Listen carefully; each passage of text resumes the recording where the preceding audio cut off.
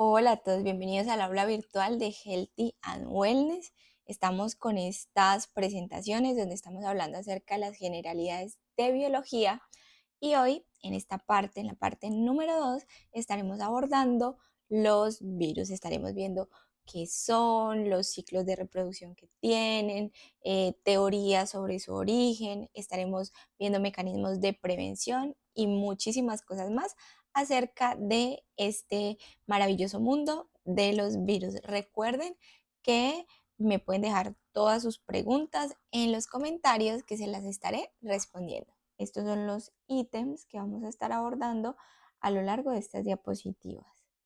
Vamos a iniciar conociendo qué son los virus. Estos son agregados supramoleculares microscópicos.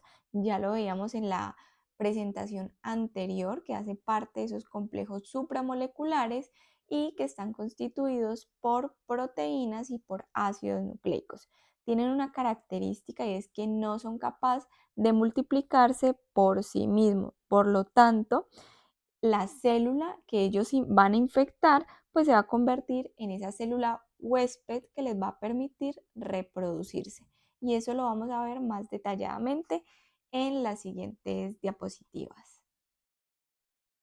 Teniendo claro qué son los virus, vamos a conocer tres teorías que nos plantean unas hipótesis del origen de los virus.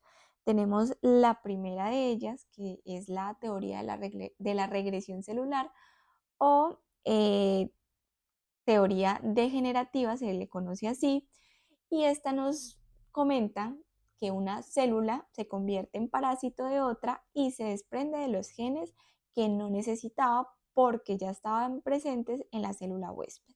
Para que entendamos esto, por acá les voy a ilustrar un poco para entender de qué nos habla esta teoría.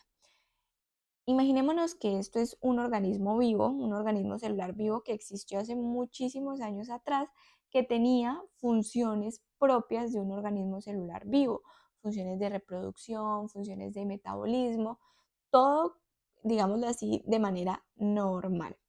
Resulta que por evolución, en algún momento, este organismo celular vivo terminó dentro de este otro organismo celular vivo. Cuando este organismo celular vivo, que antes era independiente, que estaba afuera e ingresó a este interno, se dio cuenta pues que estar acá, digámoslo así, era muy chévere porque a la célula o a la casita que había llegado, pues era una casa que le brindaba comida, que le brindaba, bueno, todos los procesos metabólicos posibles y esto hizo que este organismo celular vivo perdiera características propias que tenía cuando estaba fuera de esta célula. ¿Por qué? Porque se relajó y como dice esta teoría, se convirtió en parásito de otra. Entonces, como vio que aquí le brindaban muchísimas comodidades, empezó a dejar, digamos así, atrofiar sus propias funciones, porque pues ya aquí dentro se dio cuenta que no necesitaba esforzarse tanto para poder cumplir con esas necesidades. Teniendo esto en cuenta de que esta célula que estaba externa ingresó y se convirtió en parásito de esta célula que había encontrado, pues se desprendió de todo lo que necesitaba, de todo lo que esta célula más grandecita le brindaba y se quedó con lo básico. ¿Y qué fue lo básico?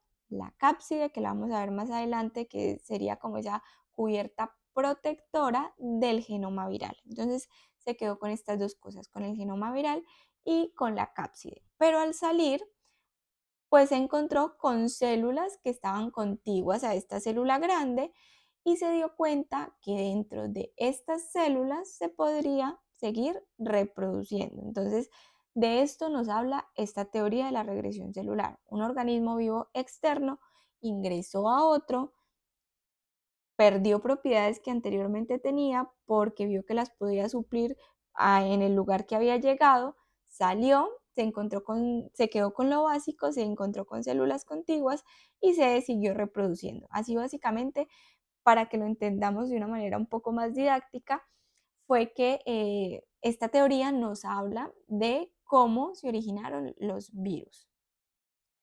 Ahora tenemos esta segunda teoría, que es la teoría del origen molecular celular. Esta es una hipótesis nómada y se basa en la existencia de fragmentos de ADN que ocupan distintas posiciones en el material genético de la célula. En la anterior teoría habíamos visto que el virus inicialmente era un organismo vivo que estaba fuera de otra célula y había ingresado a una nueva célula. Ahora, esta teoría nos dice que una célula que tenía su material genético, ¿sí? Un gen salió de esa estructura, digámoslo así, lineal y tuvo la capacidad de salir, evolucionar, generar una cápside, una cubierta protectora, ¿sí? Para cuidar ese genoma, y al ver que pues, estaba la cápside y ese material genético ahí guardado y compactado, pues digámoslo así, se independizó y lo que hizo fue irse hacia otras células y multiplicarse. Entonces, la primera teoría nos habla de que el organismo celular vivo estaba fuera de otras células ingresó y adquirió esas características, mientras que esta nos habla que dentro del mismo fragmento del ADN de una célula salió, se independizó, para que lo entendamos así un poco, y luego se dio cuenta que se podría seguir reproduciendo dentro de otras células. De esto nos habla o es lo que nos plantea la segunda teoría. Ahora tenemos la tercera teoría, que es la teoría de la coevolución. ¿Qué nos dice esta teoría? Que los virus y las primeras células de la Tierra aparecieron juntas por primera vez y que han continuado dependiendo los virus de ellas desde hace millones de años. Nos plantea esta hipótesis que hace muchísimos años, en esa sopa primitiva, en ese caldo químico, hace muchísimos años que pues habían moléculas, ¿sí? Que fueron evolucionando y que tanto los virus y las células fueron evolucionando juntos. Entonces, los virus necesitaban de las células para seguirse reproduciendo, pero las células, para evitar que predominaran los virus sobre las células, tuvieron que seguir mejorando su estructura para que, digámoslo así, los virus no fueran superior a ellas. Y entonces así es que se ha venido planteando esta teoría. Entonces nos plantea que el virus fue primero una compleja molécula que salió de esta sopa química junto con otras células, ¿sí? Entonces esto es lo que nos plantea esta tercera teoría. Teniendo claro estas tres hipótesis del origen de los virus, vámonos a conocer la constitución de los virus, cómo están conformados.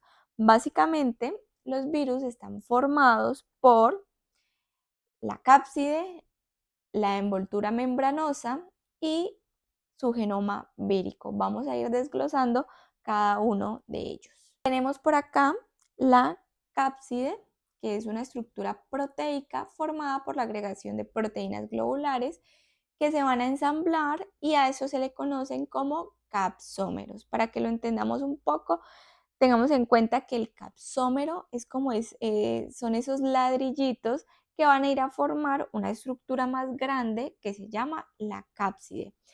Esos capsómeros son subunidades que se van a ensamblar para formar la cápside, y la cápside es la cubierta proteica. ¿Cuál es el objetivo de esto? Proteger el material genético, proteger el ácido nucleico, ya sea de la acción de enzimas o de otras condiciones adversas que atenten contra ese material genético y por ende con su replicación. Ya luego por acá vemos que esos capsómeros que habíamos visto, que eran como esos ladrillitos, pues ellos se van a armar de diferentes maneras, se van a agrupar y así van a adquirir diferentes formas, van a tener diferentes formas de agrupación. Y tenemos tres. Una de ellas son los que son poliédricos, que son en forma de un icosaedro, que básicamente es esta estructura, una estructura geométrica que vemos acá, que se caracteriza por tener 20 caras triangulares con sus respectivos vértices, sus aristas, y esta forma es, por ejemplo, característica del virus del herpes simple. Luego tenemos por acá los que se agrupan en forma helicoidal, los helicoidales, que son formados por proptómeros iguales que se van a ensamblar sobre el ácido nucleico. Estos tienen una característica y es que se van a formar o van a ser una forma de barra o de hilo. Pero miren que el objetivo siempre es proteger ese ácido nucleico. Un ejemplo de virus con esta forma tenemos aquí el virus de la rabia. Y luego tenemos esta tercera forma de agrupación que se les denomina complejas, y nos damos cuenta de que son complejas porque vemos que combinan tanto la forma poliédrica como la forma helicoidal. Tiene su cabeza, como vemos acá, que es icosaédrica, protegiendo ese ácido nucleico. Tenemos la zona caudal o cola y la placa basal, característico eh, generalmente en los bacteriófagos. Luego tenemos esta segunda parte que conforma a los virus, que es la envoltura membranosa. Algunos virus cuentan con una bicapa lipídica y son algunos virus, no son todos, porque esa bicapa lipídica no es propia del virus, sino que la toman de la célula huésped, de la célula que han infectado. ¿Y esto por qué lo hacen? Porque esto les permite que sean más fácilmente reconocidos a nivel celular, y pues eso permite que puedan ingresar el material genético y generar lo que es la infección.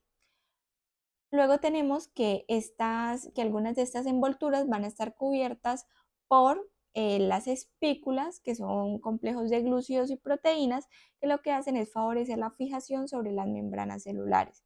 Aquí estamos viendo esas espículas que permiten que se dé mejor esa fijación. Y ya por aquí tenemos la tercera parte que forma a los virus, que es el genoma viral. Este es el material genético completo de un virus. Tiene una diversidad superior a la de animales, vegetales y bacterias. Ese genoma vírico es de tipo ADN o ARN, nunca los dos, y puede ser de una hebra, que vamos a denominar monocatenario, o de dos hebras, que va a ser bicatenario. Según su morfología, se puede presentar ya sea en forma lineal o en forma circular. Y según su reproducción, podemos tener virus con procesos líticos o virus lisogénicos, que estos procesos de reproducción vamos a entrar en detalle más adelante. Entonces, como lo decíamos, encontramos virus de tipo ya sea ADN o ARN, y respectivamente con una hebra monocatenarios y con dos hebras bicatenario. Tenemos virus ADN bicatenario, un ejemplo de ellos como pueden ser los bacteriófagos, y virus tipo ARN monocatenario. Tenemos aquí un ejemplo de ellos muy común, el SARS-CoV-2. Una vez ya hemos conocido las tres partes principales que conforman a los virus, que son la cápside, la envoltura membranosa y el genoma vírico, vamos a irnos a conocer los medios de transmisión de los virus. Tenemos por acá los medios de transmisión, que podría ser por contacto directo a través de la saliva, la sangre, el semen, e incluso a través de la leche materna. De ellos tenemos el VIH, el herpes, el virus del papiloma humano, el de la hepatitis B y el virus linfotrópico de células T humanas tipo 1, que son los causantes de el linfoma de células T del adulto. Tenemos otro medio de transmisión y es a través del aire, y aquí encontramos muy común el virus de la influenza y también el virus respiratorio sincitial. y a través del agua podemos encontrarnos con los rotavirus, la hepatitis A y E, los adenovirus y los enterovirus. Y otro método o mecanismo de transmisión es a través de la utilización de vectores. Los virus pueden utilizar ya sea insectos, mosquitos, garrapatas, chinches e incluso moscas para hacer esa transmisión del virus. Entonces tenemos aquí un ejemplo también muy conocido, el dengue, el zika, el chikungunya y la fiebre amarilla, que suelen tener como vector estos mosquitos como el Aedes aegypti. Entonces aquí tenemos estos 4 medios de transmisión de los virus. Ahora vamos a conocer acerca del ciclo de los virus. Tengamos en cuenta que los virus carecen de necesidades energéticas. Vimos inicialmente en esa primera teoría, en la teoría degenerativa, que nos planteaba que el virus, que antes era un organismo vivo, que tenía necesidades energéticas y metabolismo, digamos, similar o igual al de un ser vivo, pues cuando ingresó dentro de otra célula perdió esas propiedades y por lo tanto hoy en día pues tenemos esto presente, que los virus carecen de necesidades energéticas, son metabólicamente inertes y que el encuentro que tiene con el huésped es fortuito. También que tiene un mecanismo muy definido para su multiplicación, para su reproducción, y esto lo logra a través del ciclo lítico y el ciclo lisogénico, que lo veremos a continuación. Antes de ver detalladamente cada uno, vamos a ver unas características muy generales. Tenemos por acá el ciclo lítico. El ciclo lítico se caracteriza por provocar un ataque inmediato, por ser rápido y agresivo, y dentro de este ciclo lítico, el material genético del virus no se va a integrar al de la célula, sino que va a quedar en el citoplasma, cosa contraria que sucede con el ciclo lisogénico. El ciclo lisogénico no provoca un ataque inmediato, pero tiene una característica, y es que él se va a infiltrar, él va a ser un infiltrado silencioso, porque entre comillas sería como que la célula estuviera normal y no se diera cuenta, entre comillas, y el material genético del virus, en este caso, sí se va a incorporar al ADN de la célula huésped y va a poder permanecer allí durante un tiempo indeterminado. Más adelante veremos qué factores podrían llevar a que pase de un ciclo a otro, y, por ejemplo, podría ser que cuando hay algún estímulo que pueda producir su liberación, como por ejemplo los rayos UV, factores químicos, entre otros, pues se podría iniciar el ciclo lítico. También tener presente que dentro de este ciclo se obliga a la célula a generar copias de manera inmediata. Vamos a ver que hay unas 5 fases, unos 5 pasos en el cual él le va a dar la información a la célula huésped a la que ha llegado, para que haga copias, para que suspenda las actividades que tiene que hacer y se ponga a hacer copias del virus que acabó de llegar. Dentro de este ciclo se conduce a la lisis celular, es decir, a la ruptura, y la infección es activa. Por el contrario, aquí podemos encontrarnos que dentro de este ciclo el virus se encuentra atenuado o prófago, es decir, él va a estar allí adherido al ADN de la célula a la cual ha llegado, a la cual ha penetrado, pero la célula va a seguir su ciclo de división normal con una pequeña modificación, y es que va a tener un pedacito del ADN del virus.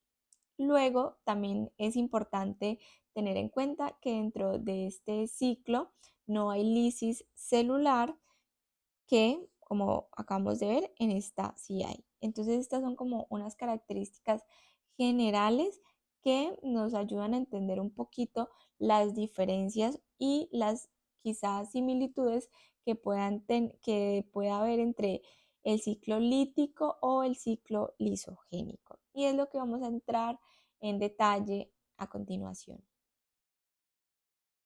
Ahora acá vamos a iniciar con el ciclo lítico. El ciclo lítico tiene 5 fases que vamos a ir detallándolas una a una. Iniciamos con la fase de fijación, que es cuando ocurre un encuentro entre el fago y la bacteria o entre el virus y la célula. Se va a establecer una unión específica y en muchas ocasiones la adhesión del virus puede provocar la fusión tanto de la envoltura viral como celular.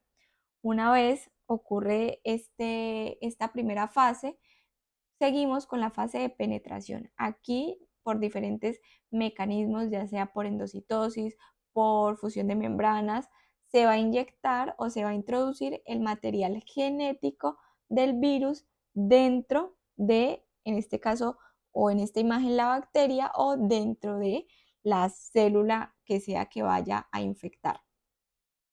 Una vez introduce su material genético, continuamos con la tercera fase, que es la fase de eclipse, y aquí en esta fase se va a inhibir la producción de proteínas propias y lo que va a ocurrir es que el virus le va a dar la orden para que se inicie la síntesis y fabricación de proteínas virales. Mejor dicho, se suspende las actividades que generalmente cumplía esta célula y lo que va a empezar a hacer ahora, en ese momento en adelante, la célula es a fabricar las proteínas virales. Y aquí van a ocurrir procesos de transcripción, traducción y replicación, ya sea del ADN o del ARN vírico. Pasada esta etapa, nos vamos con la fase de ensamblaje. En esta fase ya encontramos que hay una maduración de proteínas y hay un acoplamiento de los distintos elementos del virus. Aquí el virus se arma. De todo lo que le hizo sintetizar a la célula en el paso anterior, pues ya en este se va a ir armando para posteriormente llegar a la última fase, que es la fase de liberación, que es donde sale el virus. Pero resulta que a pesar de ser una fase lítica, tiene dos mecanismos de salida. Uno es a través de gemación, produciendo pequeñas vesículas, y otro, que es el más característico del ciclo lítico, es por un estallido celular por la acción de enzimas líticas, es decir, hay una ruptura de la célula y se liberan todos los virus que se han reproducido dentro de esta célula. Básicamente, este es el ciclo lítico que conlleva estos 5 pasos. Ahora vamos a entender un poco más el ciclo lítico a través de un ejemplo. Vamos a suponer que este vector está infectado con el virus del dengue. Este es el mosquito Aedes aegypti y que ha picado a Ana. Una vez ha picado a Ana y este virus ha llegado al torrente sanguíneo, vamos a hacer un súper resumen de toda la cadena de transmisión, simplemente porque lo que quiero que nos quede claro aquí es el proceso de reproducción a través del ciclo lítico. Una vez el virus ha llegado al torrente sanguíneo de Ana, pues él se va a dirigir a células diana donde hayan receptores y va a llegar, por ejemplo, a macrófagos, a plaquetas, en el caso específico del dengue, y va a ser ese primer paso. Ese primer paso es el paso de unión o de encuentro entre el virus y la célula específica. En este caso puede ser un macrófago o una plaqueta. Posterior a ello, encontramos el paso de penetración, en el cual a través de endocitosis, de este mecanismo, el virus va a introducir su material genético dentro de la célula diana, ya sea del macrófago o de la plaqueta o de la célula a la que haya llegado. El tipo de genoma vírico que tiene el dengue es de tipo ARN monocatenario. Recordemos que los virus son monocatenarios cuando se conforman de una sola hebra. Luego tenemos la fase eclipse. En esta fase eclipse no observamos al virus directamente y lo que hace el virus es darle la orden a la célula a la cual ha llegado a que suspenda todas sus funciones, a que haga stop a las funciones propias de esa célula y por el contrario, en vez de hacer lo que generalmente hace, se ponga a replicar y a hacer o a sintetizar proteínas propias del virus. ¿Y esto para qué? Para duplicarse.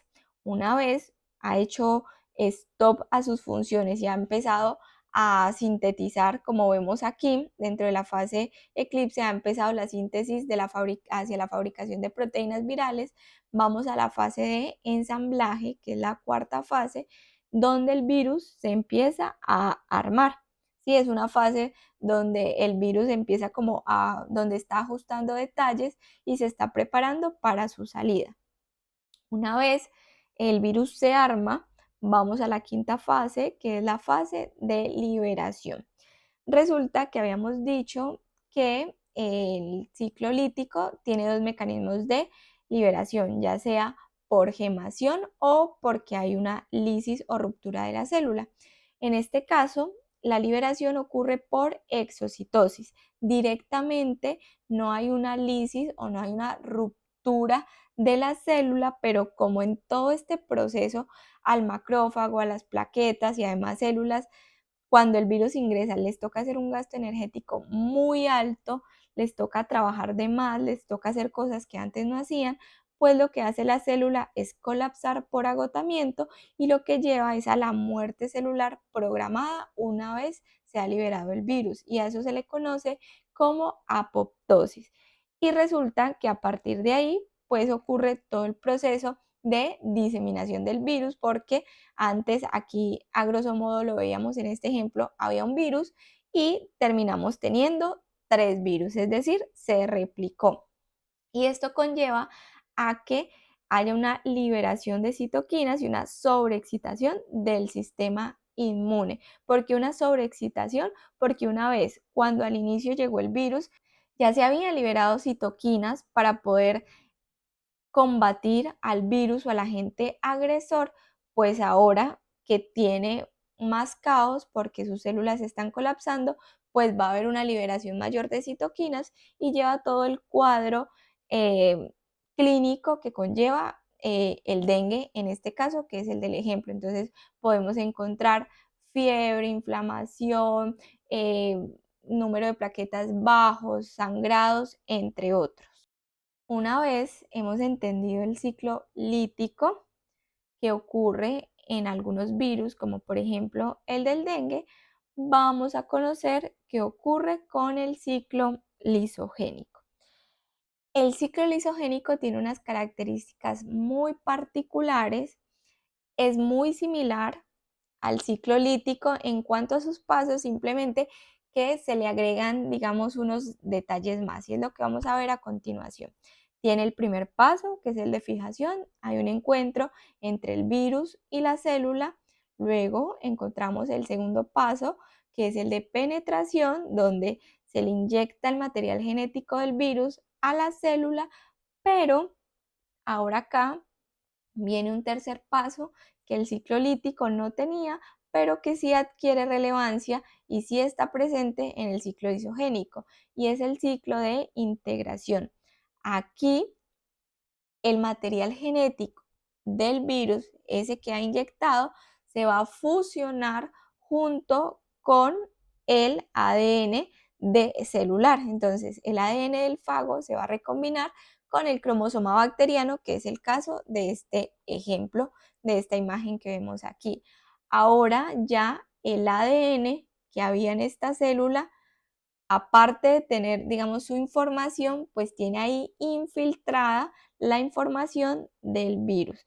Vimos inicialmente que mientras en el ciclo lítico había un ataque rápido, inmediato y destructivo, en el ciclo lisogénico hay una infiltración silenciosa. Y es por esto, porque aquí el virus de cierta manera hace parte de la estructura del material genético de la célula a la cual ha infectado, y digámoslo así, no se ha dado cuenta, él está en estado prófago, en estado silencioso en el caso de las bacterias, o puede estar atenuado y Ya a partir de allí, una vez se ha combinado ese material genético del virus con el de la célula va a estar en estado prófago y va a poder seguir su ciclo sin ningún problema.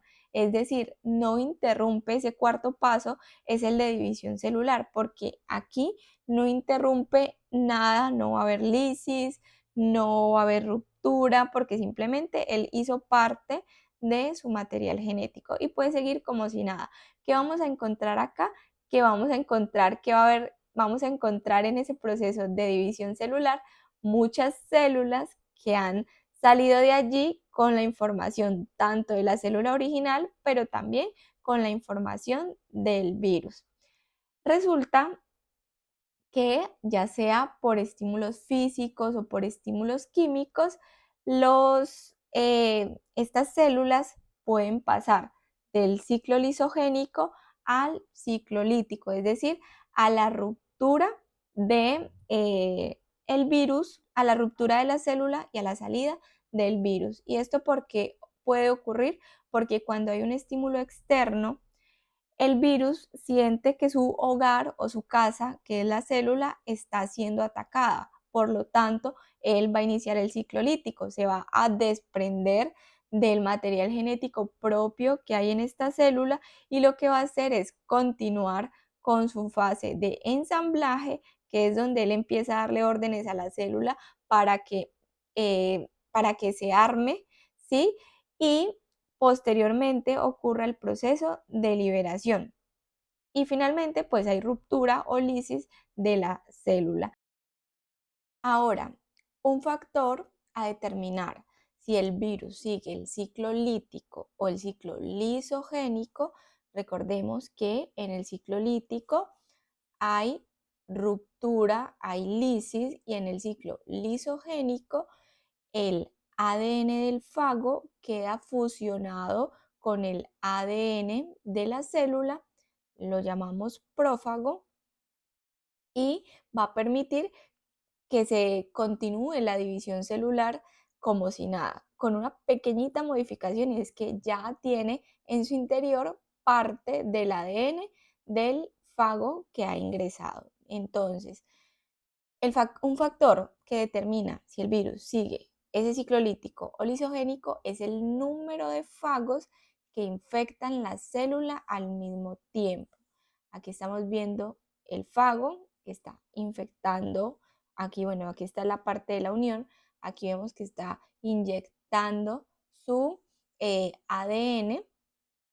Entonces, entre más fagos hayan, a mayor cantidad de fagos, más probabilidad hay de que la infección siga este ciclo, el ciclo lisogénico. Y esto se debe básicamente a un instinto de supervivencia, ya que la célula, cuando el virus, cuando hay más cantidad de fagos, de estos bacteriófagos, pues ellos van a priorizar cuidar su lugar de reproducción en lugar de hacer una ruptura o una lisis. Por lo tanto, entre más fagos hayan infectando la célula al mismo tiempo, más probabilidad existe de que el virus siga el ciclo lisogénico y no el ciclo lítico, por lo que les acabo de mencionar, porque es un instinto de supervivencia y va a procurar por cuidar el lugar de reproducción. Y pues esto evita que los fagos extingan a sus anfitriones. Mediante la lisogenia, este proceso que acabamos de ver, se pueden lograr tres resultados distintos que vamos a ver a continuación. Uno de ellos es que las células lisogénicas se conviertan en inmunes a la reinfección por el mismo virus. Luego tenemos otra de esas propiedades, es la conversión por el virus. Resulta que en ocasiones la célula huésped puede adquirir nuevas propiedades que anteriormente no tenía, como por ejemplo la capacidad de producir la toxina botulínica. Generalmente, esta bacteria, Clostridium botulinum, no tiene las propiedades o la capacidad para generar la toxina botulínica, pero gracias a un fago que va a llegar a penetrar su ADN dentro de esta bacteria, pues hace que esta bacteria que antes no tenía esa propiedad, ahora sí lo tenga y produzca la toxina botulínica. Entonces, esa es otra de, este es otro de los resultados que puede provocar la lisogenia. Entonces, ya vamos con el primero, que es que las células se conviertan en inmunes a la reinfección. Luego tenemos la conversión por el virus y es que el huésped adquiera propiedades que antes no tenía. Y el tercer resultado que podemos obtener es una transducción especializada. Y es que cuando el prófago se separa del cromosoma bacteriano, puede arrastrar genes adyacentes propios de la bacteria, incorporando nuevos genes que puede otorgar nuevas propiedades. Es decir, cuando en el momento en que la célula quiera hacer el virus, entra en ciclo lítico porque se siente amenazado por alguna razón, va a entrar en ciclo lítico, pues él se tiene que despegar de este ADN, porque esto no es completo de él es solo este pedacito. Este pedacito es el ADN del virus. Por lo tanto, ¿qué nos dice esta tercera parte de la transducción especializada? Es que cuando ese virus se despegue de aquí, se va a ir con una partecita del ADN de esta bacteria, en este caso, de esta bacteria. Por lo tanto, en el momento en que salga y se encuentre con otra célula, va a incorporar tanto las propiedades que son propias del virus, pero junto a ello se va a llevar también información de la célula que había acabado de infectar, en este caso de la bacteria a la que había entrado, y le puede incorporar nuevos genes que le pueden incorporar nuevas propiedades a la nueva bacteria. Entonces esos son los tres resultados que podríamos obtener a través de la lisogenia. Ya por acá tenemos el modo de actuación.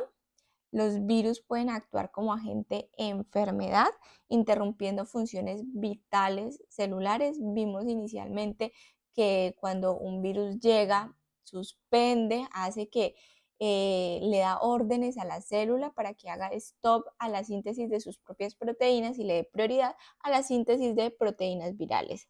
Causan la lisis celular, alteran las membranas, afectando su equilibrio osmótico y eso lleva a la muerte celular, a la apoptosis.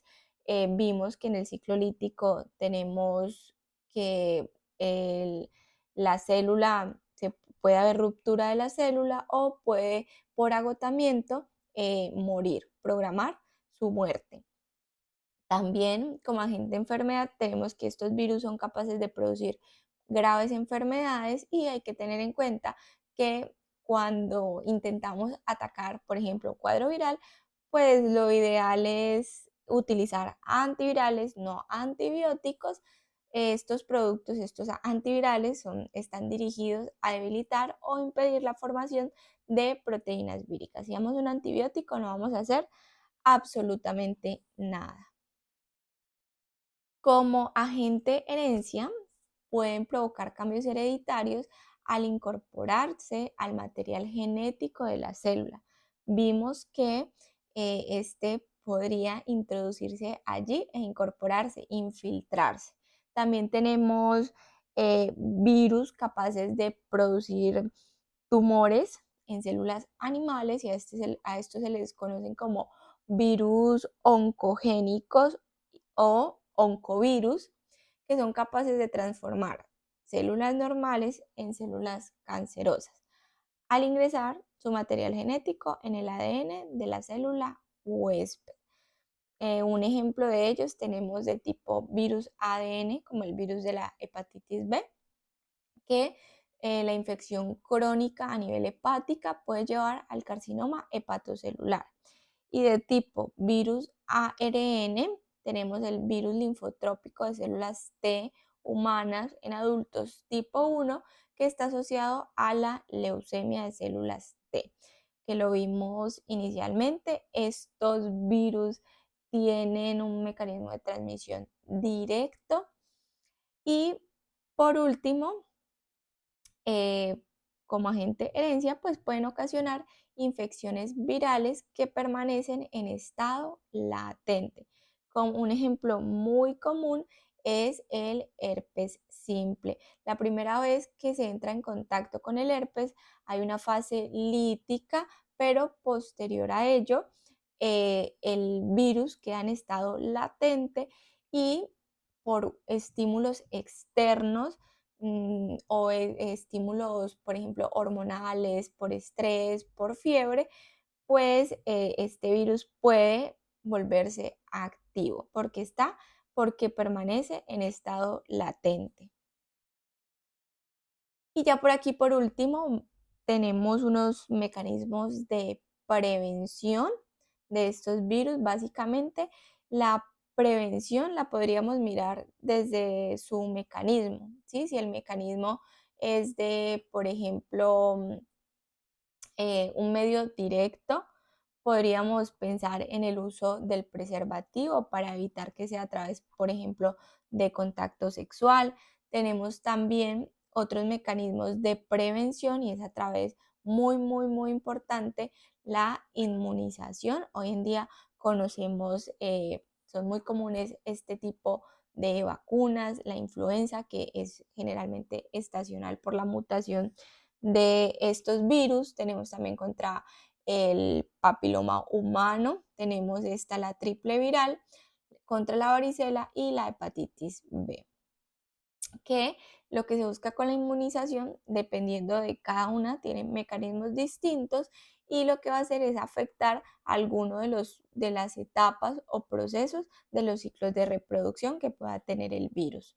También otro mecanismo muy importante de prevención es cubrirse la nariz y la boca al momento de estornudar, utilizar un pañito que se debe de botar inmediatamente y si no contamos con un pañito, un pañuelo, puedes hacerlo con la parte interna del codo. También muy importante el lavado correcto de manos, como lo dijimos inicialmente, el uso de preservativos, la eliminación de criaderos y también pues el consumo de agua limpia, de agua potable. Muchas gracias. Estas son nuestras redes sociales. No olviden seguirnos por acá en nuestra cuenta de Instagram y en el canal de YouTube. Recuerden que pueden dejarme todos sus comentarios por aquí.